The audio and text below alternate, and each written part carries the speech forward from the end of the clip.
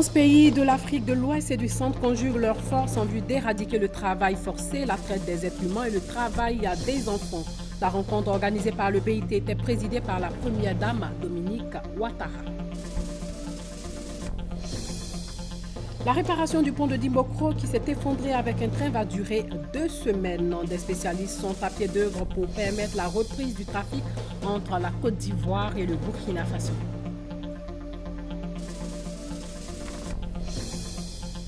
Les populations pourront désormais manger du gibier. La mesure d'interdiction de la consommation du gibier vient d'être levée par le ministère de la Santé. La menace à la maladie à virus Ebola était la cause de cette interdiction.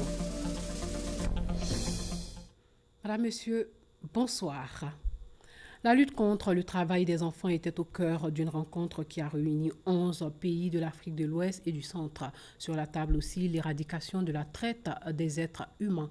La présidente du Comité national de surveillance des actions de lutte contre la traite, l'exploitation et le travail des enfants a présidé la rencontre. Une rencontre organisée par le Bureau international du travail. Mahama Traoré a assisté à la rencontre consultative sur la lutte contre le travail des enfants. Comme ce fut le cas en mai dernier pour le traitement du sida pédiatrique, l'Afrique se réunit de nouveau à Abidjan afin de dégager un consensus dans la lutte contre les fléaux portant atteinte à la dignité humaine, à savoir le travail forcé, la traite des êtres humains et le travail des enfants. Initiée par le BIT, le Bureau international du travail, cette rencontre consultative va réunir 2 jours durant les représentants de 11 pays d'Afrique de l'Ouest et du Nord. Objectif visé à l'issue de ces 2 jours de travaux, former l'Alliance 8.7 des objectifs de développement durable. 8.7 en référence au point 7 de l'objectif 8 du nouveau programme de développement durable adopté en septembre 2015 par les États membres des Nations Unies. So it's goal number 8, target number 7. 8.7, c'est le point qui traite notamment des questions d'esclavage, la traite des êtres humains, le travail des enfants, les pires formes notamment. Et cette alliance 8.7, c'est essayer de mobiliser un grand ensemble de personnes, d'acteurs, afin de former un partenariat pour lutter contre ce fléau, non seulement en Afrique, mais dans le monde entier. Pour le gouvernement ivoirien, il est temps d'agir. Aujourd'hui, plus que jamais, nous sommes conscients que la lutte contre les pires formes de travail des enfants ne s'opère pas uniquement par des mesures normatives protectrices. Cette lutte requiert notamment l'existence de politiques publiques garantissant à l'enfant le droit à l'éducation de qualité qui doit être gratuite et obligatoire, le droit à la santé, à la protection et aux loisirs, ainsi que des alternatives viables pour les parents. En sa qualité de présidente du Comité national de surveillance des actions de lutte contre la traite, l'exploitation et le travail des enfants, la première dame de Côte d'Ivoire, Dominique Ouattara, soutient l'initiative du BIT. Elle y voit le début d'un engagement à l'échelle mondiale. Je suis convaincue que l'organisation de cette consultation sous-régionale permettra de jeter les bases d'une alliance mondiale contre le travail des enfants et la traite des personnes, un phénomène qui touche malheureusement la plupart de nos pays. En mettant en commun nos énergies, nous pourrions arriver à fédérer les efforts des pays membres afin d'atteindre les objectifs de développement durable fixés par l'OIT.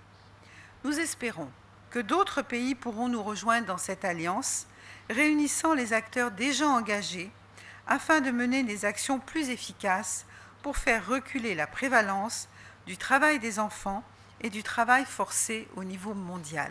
La rencontre consultative d'Abidjan se tient en prélude à la réunion de haut niveau prévue le 21 septembre prochain au siège des Nations Unies.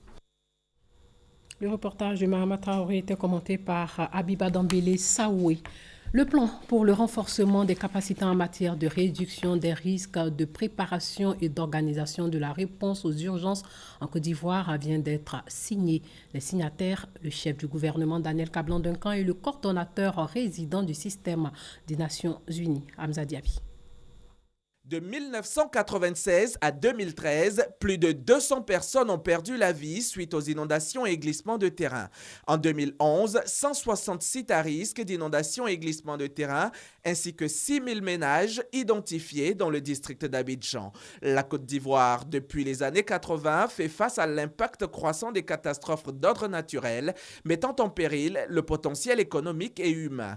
Pour faire face à ces nombreux défis, le pays s'engage à la réduction des risques de catastrophes et signe pour cela un plan d'action national avec le système des Nations Unies. L'objectif général de ce plan d'action est de réduire de manière substantielle les pertes et dommages liés à la survenue des catastrophes en termes de vie humaine, d'atteinte aux moyens de subsistance et à la santé des personnes, d'atteinte aux biens économiques, physiques, sociaux, culturels et environnementaux des personnes, des entreprises et des collectivités.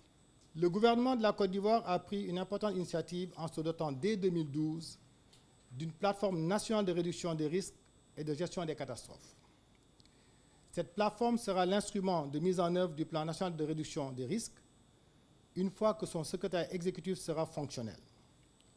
Nous invitons donc le gouvernement à rendre ce secrétariat pleinement opérationnel car il sera l'interlocuteur privilégié du système des Nations Unies, mais également de l'ensemble des partenaires au développement pour une coordination multisectorielle et pluripartenariale de qualité. Les ressources nécessaires pour la mise en œuvre de ce plan s'élèvent à 50 milliards de francs CFA, un montant que Babacar Cissé estime peu si l'on considère l'impact que le renforcement des capacités nationales aura sur les vies humaines, les infrastructures sociales et industrielles, ainsi que les investissements prévus. Il nous revient donc, en tant qu'acteurs nationaux, de nous approprier le plan d'action national réduction des risques de catastrophes 2016-2020 pour bâtir la résilience de nos communautés et de notre environnement commun.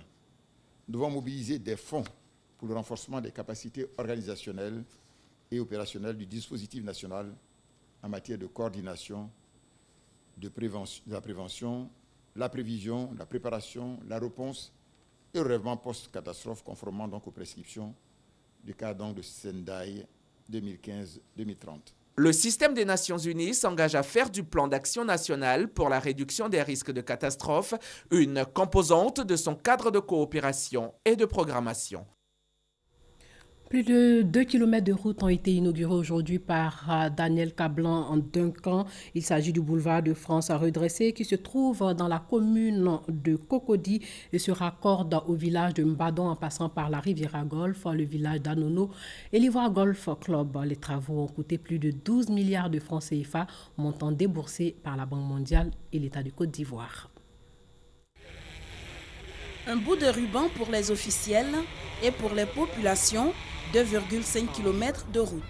Elle permet aux usagers en provenance de Bingerville et de la Riviera Palmeraie, à partir du camp militaire d'Akwedo, d'accéder au boulevard de France redressé et au pont HKB, sans passer par les carrefours Riviera Palmeraie et kilomètre 9. C'est également un soulagement pour les établissements français et américains qui sortent ainsi de leur enclavement. Autre ouvrage inauguré par la délégation gouvernementale, conduite par le Premier ministre, la bretelle reliant le boulevard de France redressé aux deux plateaux. Il y a près de 20 000 véhicules qui pourront donc prendre ça par jour. Il y a 50 000 personnes qui seront donc impactées grâce donc au CDD avec la partie française.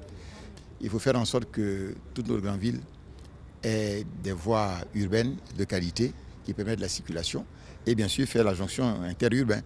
Ces travaux réalisés dans le cadre du C2D ont coûté plus de 9 milliards de francs CFA. Ils comprennent également 4 giratoires, 5 bretelles et 2 contre-allées. L'inauguration de ces tronçons ouvre la voie à des travaux d'envergure sur l'ensemble du pays. Le grand projet de pont de Yopougon qui va relier Yopougon au plateau, mais également l'autoroute de l'Est qui va démarrer à partir de la zone industrielle là, de Yopougon, passer vers Ndautré pour aller vers Thomasé. L'autoroute également de sortie ouest qui va aller vers Songon sur 18 km. Et on a également la poursuite nettement de l'autoroute de Bassam qui va aller vers Samo pour aller vers Aboissou et le Ghana. On a également les travaux de l'autoroute Yamoussoukro qui vont être poursuivis à partir de Yamoussoukro vers Tibissou pour monter vers Bouaké. Tous ces travaux devront coûter 3 560 milliards de francs à l'État et à ses partenaires. Un vaste projet prévu s'étendre sur 4 années et permettre à la Côte d'Ivoire, dans la perspective de l'émergence, de tenir la route. 2 semaines pour réparer le pont de Dimbokro. Ce pont a cédé sous le poids d'un train qui transportait de la marchandise au Burkina Faso, vous vous souvenez, il y a 2 jours. En tout cas, les spécialistes sont à pied d'œuvre pour une reprise du trafic entre la Côte d'Ivoire et le Burkina Faso. Adama Kone nous explique dans ce reportage comment la Citaraï s'emploie à faire avancer les choses.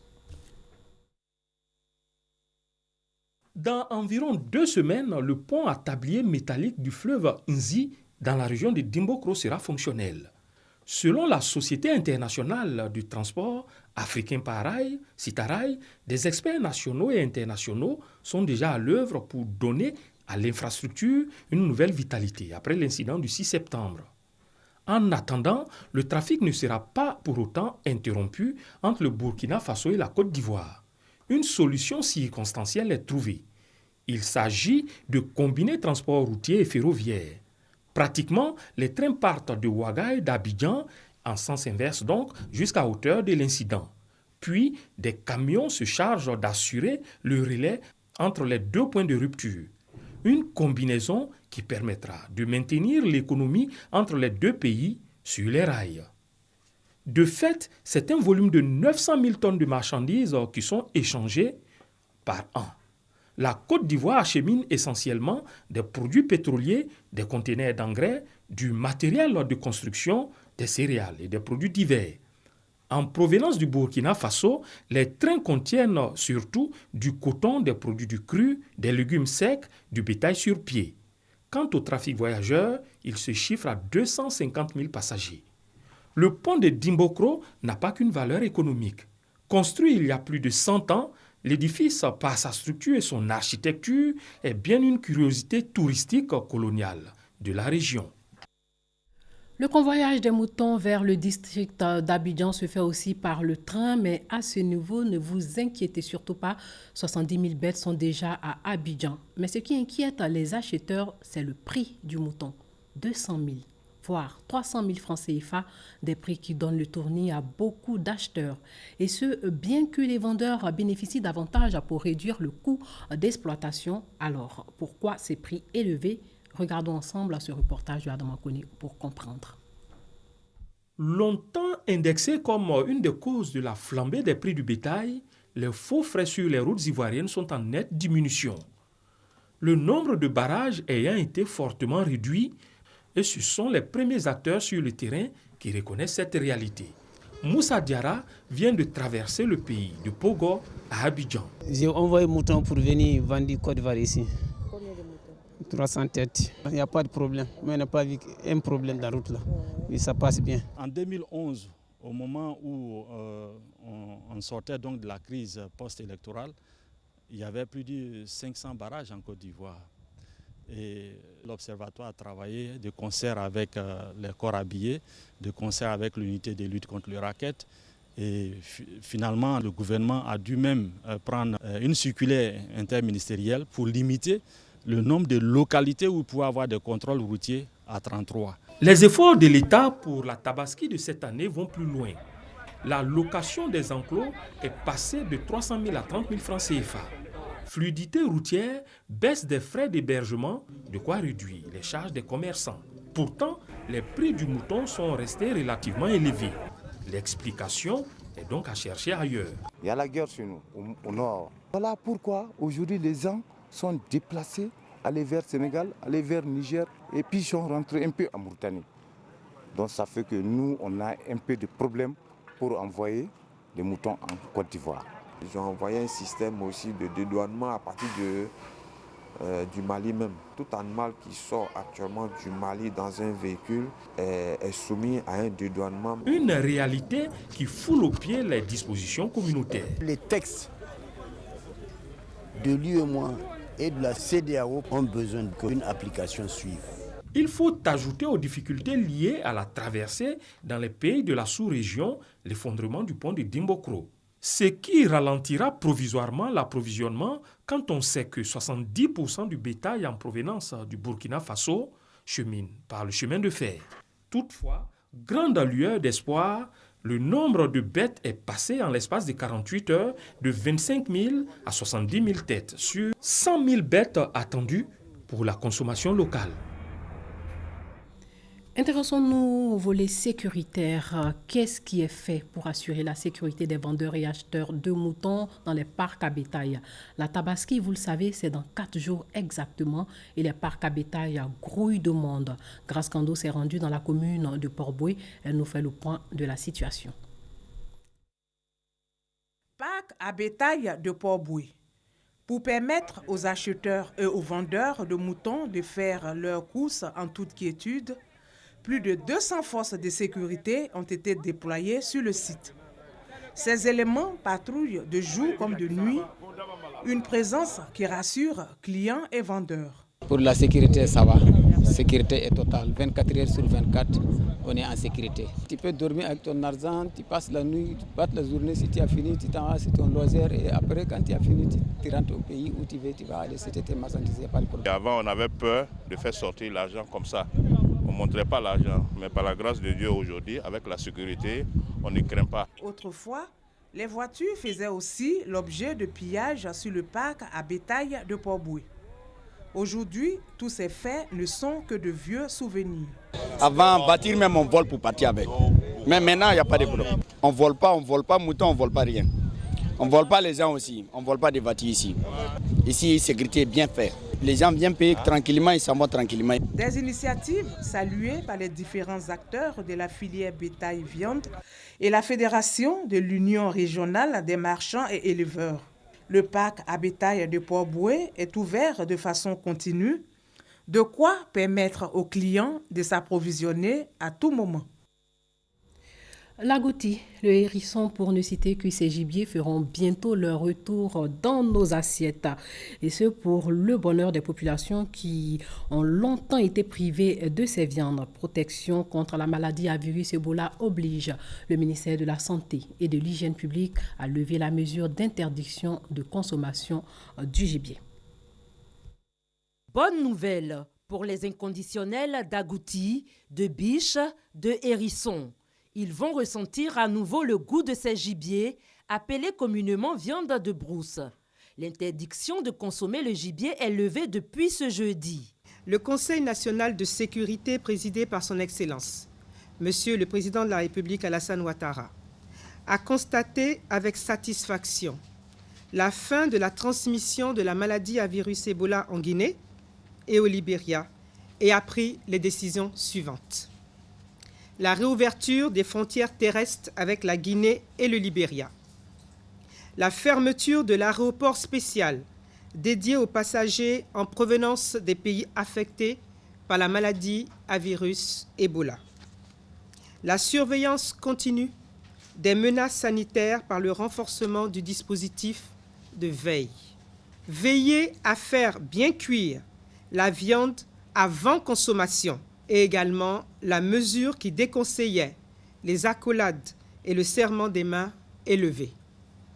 Le gouvernement remercie les populations pour le respect des mesures préventives, dont l'application rigoureuse a permis d'éviter la propagation de l'épidémie de la maladie à virus Ebola dans notre pays, en Côte d'Ivoire. C'est avec joie que les tenanciers de restaurants et les consommateurs ont accueilli cette nouvelle. Je suis très heureuse. Je vais préparer. À partir de lundi, je vais le faire. Viande de brousse, agouti, bûche. Ce que je gagne, je fais.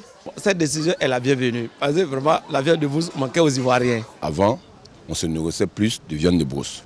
Maintenant, je pense que ça va permettre aussi aux gens qui ont des restaurants de pouvoir aussi avoir de l'argent. Rappelons que suite à l'épidémie de la maladie à virus Ebola, en août 2014, en Guinée, en Sierra Leone et au Libéria, le gouvernement avait pris des mesures interdisant la consommation du gibier. Aujourd'hui, la levée de l'interdiction de consommation de la viande de brousse par le gouvernement met fin à 2 ans de lutte acharnée contre la maladie à virus Ebola en Côte d'Ivoire. Signalons que, Ebola n'a fait aucune victime dans notre pays, mais la vigilance reste de mise. Aujourd'hui, c'est la journée internationale de l'alphabétisation. Le taux d'analphabétisme en Côte d'Ivoire, selon les statistiques de l'UNESCO, est de 51% en 2012. Il constitue un frein au développement humain durable, vous en doutez, mais la lutte contre l'analphabétisme est en marche en Côte d'Ivoire et pour y arriver, le gouvernement a élaboré plusieurs stratégies visant notamment l'amélioration de l'accès, le maintien à l'école formelle et aussi le développement des formes alternatives d'éducation. Une partie de la population ne sait pas ce que c'est que l'alphabétisation, et surtout ce qu'elle peut apporter. Eric Goré les a rencontrés. À 50 ans, Konaté Adama a eu le courage de se faire former. Il a appris à lire et à écrire. Aujourd'hui, il peut écrire son nom et même faire plus. Oui, je suis là, mais moi je n'étais pas allé à l'école, mais je me suis débrouillé. J'ai écrit lettre, j'ai lu mon lettre. Et le conseil que je donne à ceux qui ne savent pas aller à l'école, ils n'ont qu'à faire comme moi. Ouais, j'ai fait mon comptabilité moi-même. Des conseils que son entourage ne prend toujours pas en compte, comme ces dames qui évoquent le manque de temps pour apprendre à lire et à écrire. J'ai déjà entendu parler de l'alphabétisation. Je n'ai pas de temps de ça, quoi. Je n'ai pas de temps. C'est à cause de commerce là. Selon des personnes, aucun argument ne doit faire barrage à l'alphabétisation. Pour apprendre quelque chose, il faut chercher du temps soi-même. Il ne faut pas dire oui, je n'ai pas le temps, je n'ai pas le temps. Qu'est-ce qui t'empêche? Ce qu'on apprend, c'est pour toi-même. On peut toujours réserver un petit temps pour quelque chose. Voilà, surtout pour l'alphabétisation, c'est très important dans la vie. Cette journée internationale de l'alphabétisation est une occasion pour les ONG d'inviter les adultes qui ne savent pas lire à l'apprentissage. Je voudrais dire aux personnes qui ne savent pas lire et écrire de ne pas avoir honte. Parce qu'il va de leur personnalité eux-mêmes. Parce que souvent, quand tu ne sais pas lire et écrire, vous savez, on est dans l'émergence. Il faudrait qu'ils prennent le train en marche pour que nous allons tous dans l'émergence. La journée internationale de l'alphabétisation est célébrée tous les 8 septembre dans le monde entier. Le thème retenu cette année est « Lire le passé, écrire le futur ». Parlons cohésion sociale avec la situation de près de 39 000 personnes évacuées du Montpeko qui a retenu l'attention du comité de coordination élargi. Qu'est-ce qui est prévu pour ces personnes un mois après leur évacuation? La réponse dans cet élément de Hamza Diaby. Depuis le 30 juillet dernier, tous les occupants du Montpeko en sont sortis. Un mois après, la situation humanitaire autour du parc est préoccupante. Les populations ont des besoins prioritaires, notamment la sécurité alimentaire, l'eau et l'assainissement, l'accès aux soins, l'éducation et les abris. Les gens sont sortis du parc, c'est vrai, mais il y a surpeuplement aux alentours. Cela pose beaucoup de problèmes. Si nous ne faisons rien, nous avons peiné, le gouvernement ivoirien a peiné pour sortir les populations du parc. Depuis plusieurs années, nous en parlons. Maintenant qu'elles sont sorties du parc, si nous n'avons pas les moyens pour les laisser hors du parc, le risque de repartir dans le parc est très grand. Et ça veut dire que tous les efforts que nous avons menés auparavant pour les sortir du parc auront été vains. Au cours de cette réunion, le comité de coordination élargi a proposé des réponses à ces problèmes. Il y a d'abord la relocalisation des gens qui sont sortis du parc. Il est évident que les villages environnants ne pourront pas donc accueillir toutes ces populations. Il y a des villages dont les populations ont été doublées, tout simplement, ce qui n'est pas facile en termes de vivre, en termes d'éducation, en termes de santé. Et donc par conséquent, il faut qu'on essaie de trouver des solutions. Je crois que les deux gouvernements également ont pris langue sur cette question-là. Le nouvel ambassadeur devrait se rendre, je crois, dans la zone bientôt avec les ministres pour faire le point. L'ambassadeur du Burkina Faso pour essayer de voir comment encourager donc certaines de ces populations à retourner au Burkina Faso. Il est prévu la mise à disposition de kits de santé et d'accouchement, la vaccination des enfants et la prise en charge des malnutris. Un don de vivres et non-vivres sera fait par le ministère de la Solidarité dans les prochains jours. Il est également prévu un appui en kits scolaires et kits enseignants ainsi que la construction de passerelles pour les cours. Pouvoir et opposition se sont parlé aujourd'hui. Il s'agit de l'Alliance des forces démocratiques conduite par Pascal Affi-N'Guessan et la partie gouvernementale dirigée par le ministre d'État Oussou Janou. Sur la table, le statut de l'opposition, la question des prisonniers de la crise post-électorale, le référendum. Sont en train d'être réglés au dégel des comptes d'une... Au RHDP, l'unité, le dialogue sont légion, le rassemblement des oufietistes qui multiplie les consultations. Une délégation de cette coalition a été reçue par Émile Constant en Bombay. Cette délégation était conduite par Amadou Soumaoro, président du directoire du RHDP. Le reportage de Gabriel Lazani. Émile Constant Bombay fait partie des caciques du PDCI, le Parti démocratique de Côte d'Ivoire, qui a choisi de rencontrer Amadou Soumaoro dans son entreprise délicate d'unifier le RHDP. La consultation et le soutien d'Émile Constant Bombay sont des plus attendus, car il détient la pensée politique d'Houphouët-Boigny pour avoir collaboré étroitement avec le premier président de la République. Si nous voulons construire le parti, ce parti unifié, c'est surtout avec eux devant. C'est lorsque les Ivoiriens verront des personnalités, disciples d'Houphouët-Boigny, avec nous dans cette action, que les Ivoiriens croiront effectivement que le RHDP a pour socle la pensée houphouëtiste. Tenir compte de la multitude des ethnies qui composent la Côte d'Ivoire, car de cette diversité, le pays tire sa force. Les hommes politiques ne sont pas des ennemis, mais des adversaires du moment d'une échéance électorale. Autant de conseils donnés par cet observateur averti des choses politiques qu'est l'ancien ministre d'État, ministre de l'Intérieur, Émile Constant Bombay. L'initiative de la démarche, tout ce qui relève de la fraternité, est une bonne chose.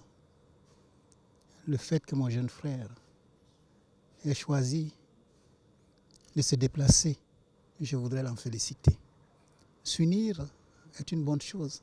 Il faut emprunter les voies et moyens qui puissent permettre aux animateurs de se retrouver. À 75 ans révolus, Émile Constant Bombay demeure l'un des dépositaires de la philosophie oufouëtiste. Force 2015 a été en tournée dans les régions de Daloa, Diokwe, Bangolo, Danane et Man. La Fédération des organisations républicaines pour la cohésion et l'émergence sensibilise les populations pour un vote massif lors du référendum constitutionnel. Abou Sanogo nous explique la stratégie de sensibilisation justement et de mobilisation pour la réussite de ce référendum.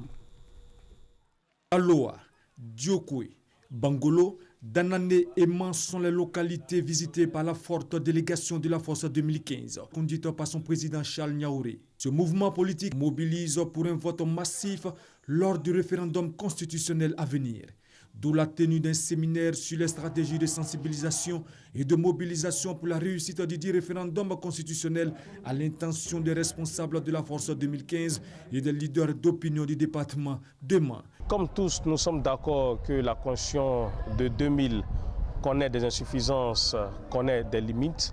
Il est bon que nous puissions nous mettre en campagne pour faire la sensibilisation, pour faire la mobilisation autour du référendum constitutionnel, de sorte à ce que nous sortions massivement pour aller opérer ce changement qualitatif. L'élaboration de la nouvelle constitution recommande, selon le conférencier, une bonne sensibilisation de toutes les cibles visées par le référendum constitutionnel. Le temps est arrivé pour que la Côte d'Ivoire se dote d'une nouvelle constitution, une constitution impersonnelle, mais aussi une constitution qui permet à la Côte d'Ivoire de devenir un État modèle et moderne. La tenue de cette rencontre approuvée par les différents bénéficiaires de la formation. La nouvelle constitution telle qu'elle est détaillée, je crois que tout Ivoirien épris de paix et épris de développement devrait la soutenir.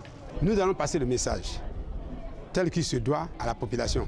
En réalité, on entend certaines choses, mais ce que j'ai entendu aujourd'hui, c'est différent. Un soutien au projet de nouvelle constitution qui explique depuis quelques mois les tournées d'information et de sensibilisation de la Force 2015 à travers le pays, pour également appeler les militants du RHDP, le Rassemblement des oufouëtistes pour la démocratie et la paix, à s'investir dans la formation du parti unifié. Au Gabon, l'envoi d'une mission de l'Union africaine a été reporté à une date non encore fixée pour des raisons de calendrier.